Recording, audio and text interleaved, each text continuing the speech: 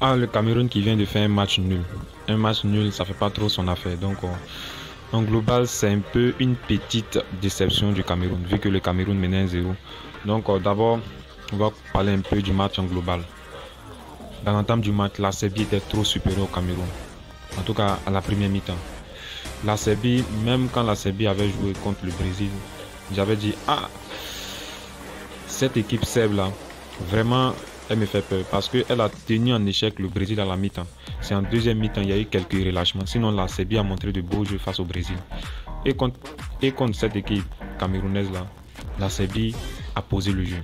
On sentait une équipe serbe vraiment préparée pour sa Coupe du Monde. Une équipe serbe qui allait très vite de l'avant, qui savait conserver, qui savait attaquer. Donc une équipe serbe très en forme.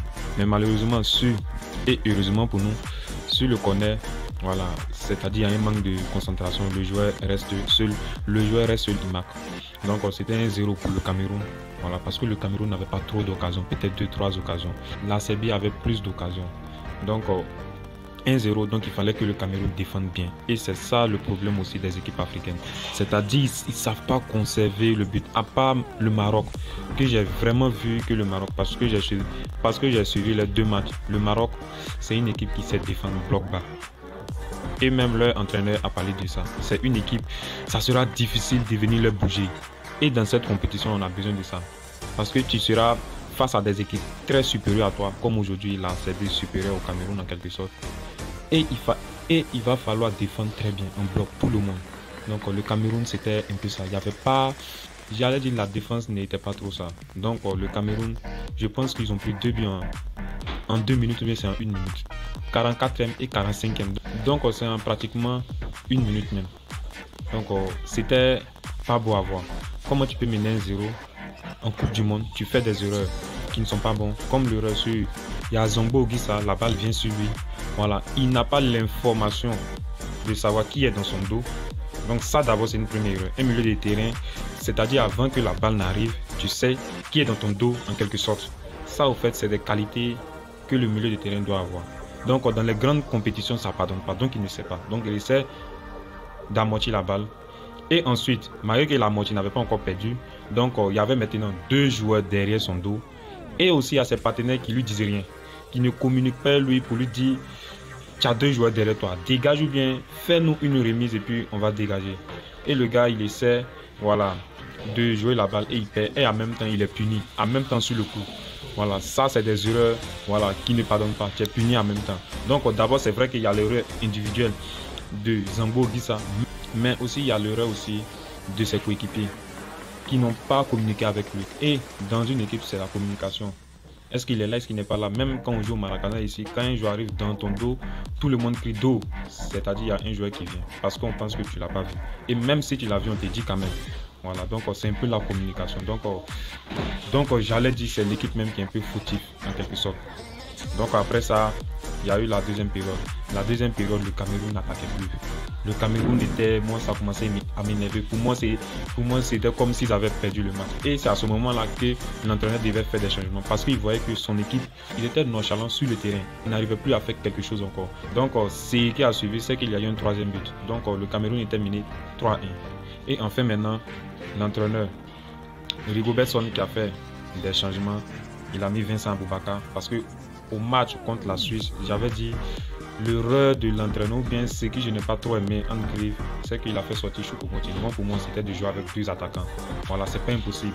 Tu as l'Uruguay qui joue avec 2 attaquants, Cavani et Suarez. Si en tout cas les 2 sont en forme, tu les mets. Donc, tu as Aboubakar. Aboubakar, c'est un joueur, voilà, on connaît tous à la canne ici. Il a meilleur buteur, etc., etc. Donc, tu mets Aboubakar, tu mets Choupo-Moting. C'est le joueur qui est plus en confiance, qui montre de belles choses depuis le début de la saison au niveau du Bayern.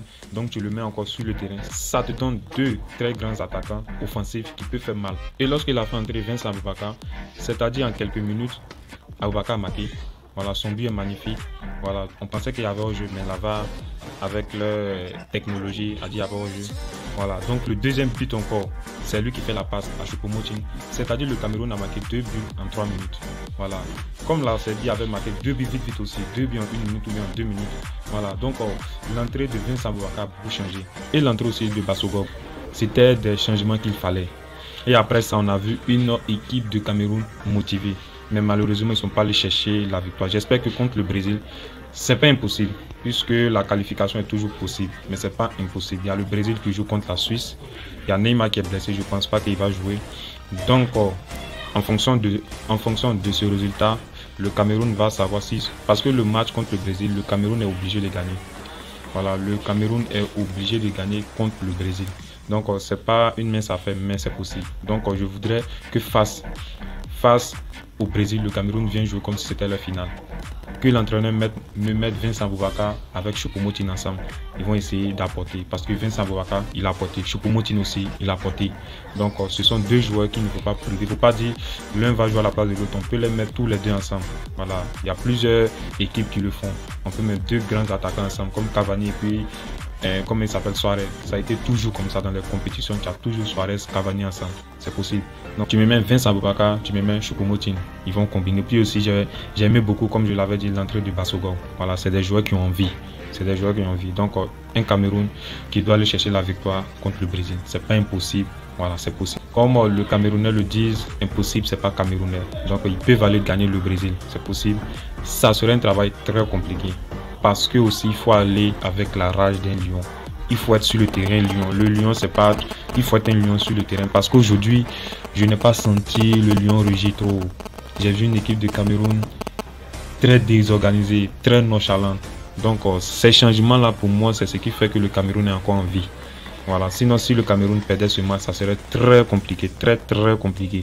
Il fallait compter sur le résultat des autres équipes et autres. Donc le Brésil qui va jouer contre la Suisse aujourd'hui 16h. Bon, comme vous le savez, j'aime beaucoup le Brésil, je vais suivre le match, donc il y aura un débrief de ça aussi. Et aussi, il y a le Ghana qui joue contre la Corée. Donc on est tous derrière le Ghana aussi. Donc espérons que le Ghana va faire mieux. Parce que depuis la deuxième journée, les équipes africaines reviennent un peu. Parce que tu avais le Sénégal qui a perdu, le Sénégal a gagné. Tu avais le Maroc qui a fait nul, tu as le Maroc qui a gagné. Tu avais le Cameroun qui était battu, tu as le Cameroun qui a fait nul, donc c'est un petit point positif. Donc le Ghana avait perdu, j'espère qu'ils vont gagner. Voilà, contre la Corée, ils peuvent le faire, ils ont des arguments pour ça. Donc c'est un peu tout pour cette vidéo. Voilà, on se dit à la prochaine vidéo. Ciao.